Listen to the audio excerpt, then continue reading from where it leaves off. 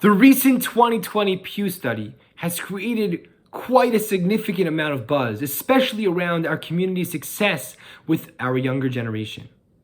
The findings show that 33% of Jews raised as Orthodox do not choose to continue to identify with Orthodoxy in their adulthood. This may or may not surprise you, but the bottom line is we must do better. Why is it that 1/3 of our children are opting out of Orthodoxy when they grow up? I believe there is an appropriate reaction to these findings in this week's Parsha. In stark contrast with the narratives in Sefer Bereshis, the Torah reveals almost nothing in this week's Parsha about Moshe Rabbeinu's origin story. All the Torah says is Vayelech ish mi beis Levi, man went from the house of Levi, Vayikach es bas Levi, he met a Jewish girl from the house of Levi, and he married her. Vatahari shava teled bain, and she got pregnant and she conceived and had a child. Vatero so kitovu, and she saw that he was good. The commentators are puzzled. Why does the Torah not give any background information on Moshe Rabbeinu's birth? We don't even know who his parents are. Why the glaring lack of information? Before answering that, I would like to share with you a stunning comment of the Rambam. The Rambam writes in Hilchos Tshuva, there's a foundational idea of our faith, what he calls an Iker Gadol, that every human being has the free choice. And he adds that Kol Adam Roi Lo Lios Tzadik Ki Moshe Rabbeinu. Every single human being has the ability to be righteous like Moshe Rabbeinu. And in fact, there is a halachic nafkamina, a halachic ramification for this ambition to be like Moshe Rabbeinu. The Ramah writes in his gloss to the Shulchan Aruch in Yoreh De'ah that although it is permitted, ideally one should not nurse a Jewish baby from a non-Jewish wet nurse. And the Vilna Gaon comments that the source for the Ramah, this halacha, is a medrash. It says that little baby Moshe, when Basi saved him from the river, took him out of his little teva, certainly Moshe was able to nurse from all of the non-Jewish wet nurses that were available to him. However, since Moshe was destined to speak with the Shekhinah, with God's presence in this world, direct contact with Hashem, he avoided drinking or nursing from any of the non-Jewish wet nurses. And the question is, how can the Vilna Gaon use this medrash as a halachic source for all Jewish children? Only Moshe Rabbeinu was destined to speak with the Shekhinah. Our children may be great, but they're not going to be speaking with the Shekhinah, prophesizing and speaking with God's presence in this world. Does the Torah not write itself, Lo kam navi od b'Yisrael ki Moshe? There will never be another prophet that will rise up in Israel like Moshe. Asher yadu Hashem panim el panim, who knew God face to face. So obviously we can't become like Moshe, and our children cannot become like Moshe. Rav Yaakov Kamenetsky offers a profound explanation. And he says that this comment of the Vilna Gaon reveals that we've got it all wrong. We've got it all backwards.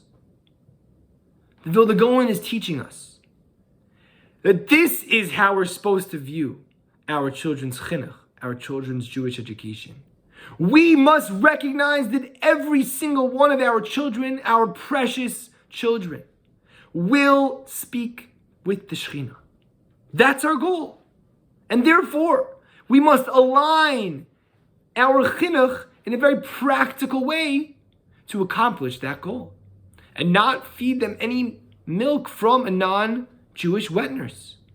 And that's how the Vilna Gaon was able to derive a universal principle from little baby Moshe. Because little baby Moshe was no different from any of our children. He was just a human being. He was just a little baby. And as the Rambam wrote, anyone can become as great as Moshe Rabbeinu. And perhaps this is the message the Torah wants to send us, by saying very little about Moshe Rabbeinu's origin story. Because every single person, no matter their beginnings, no matter where they come from, they can become great. Historically, there will never be another prophet who will bring a divine Torah from heaven down to human beings. However, every single child and every single beautiful Jewish neshama has the potential for their own unique greatness. I believe this is one of the responses we must have to the PEW Study. There's a tremendous amount of mediocrity and an embracement of this mediocrity throughout our community. And I understand it. I understand that there was a time in which our children, quite frankly, were pushed in our education system and in our yeshivos. And perhaps they were in fact pushed too hard to learn, too hard to perform academically. But I believe we may have let the pendulum swing too far in the opposite direction. Why is it that our children are opting out of orthodoxy? Is it possible that they know that we just don't expect more of them? Is it possible that they know that their parents will be thrilled if in their adult life they keep a kosher home, they keep Shabbos, they even may come to shul occasionally? Dare I say that after hundreds of thousands of dollars of tuition, after years and years of study and commitment, we must aspire, we must demand more of ourselves, more of our community. Along similar lines, when reviewing the results of the PEW Study, Rabbi Yisrael Kamenetsky, a well-known high school educator and menahel from Long Island, New York, commented that this trend can be found in our yeshiva high schools. And note, he's talking about his own business, his own area of expertise. And he writes as follows, and I quote, "We are afraid to push our kids to achieve high standards in Jewish studies in the same way we push secular accomplishment. Parents and students often opt for honors general studies classes, but settle for easier Jewish studies classes. Many Jewish studies classes end up being watered down edutainment, informal schmoozing, or videos about Jewish topics with little or no rigor or testing.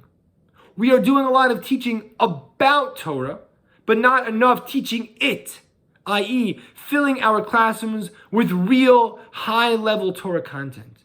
End quote. Perhaps the reason that our children are opting out of orthodoxy is because they look at us and they see our own religious lives as mediocre. Have we lost our belief in our children?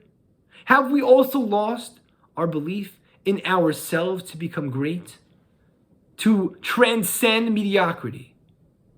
Moshe Rabbeinu's origin story and the Rambam's comment that everyone can become like Moshe Rabbeinu teach us a very profound lesson, that every single person can achieve greatness.